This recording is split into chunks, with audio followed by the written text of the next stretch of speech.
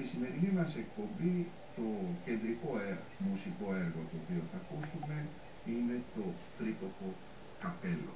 Το μπαλέτο El Sombrero de Tres Picos, το τρίκοπο καπέλο στα ελληνικά, είναι ένα έργο το οποίο γράφτηκε το 1900. Στις ήσυχες μέρες του Αυγούστου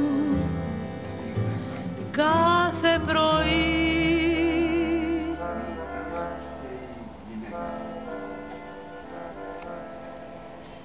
ακούω να με καλεί φωνή ζεστή του ραδιοφώνου, συμπλήρωμα του χρόνου. Κι αυτή κυλάει μέσα μου σαν μια ρογμή του ονείρου.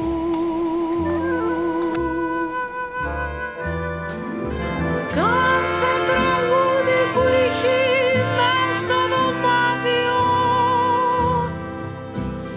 έχει δικούς μου στίχους που γράφονται στους στίχους εκείνη τη στιγμή.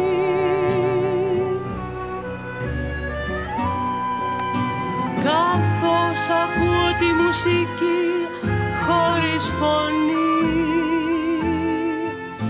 και μου γίνει συνήθεια.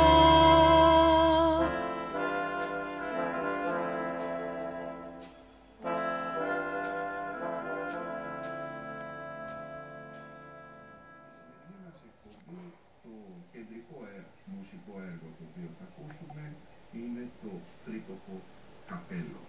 Το μπαλέτο El Sombrero de Tres Picos, το τρίκοπο καπέλο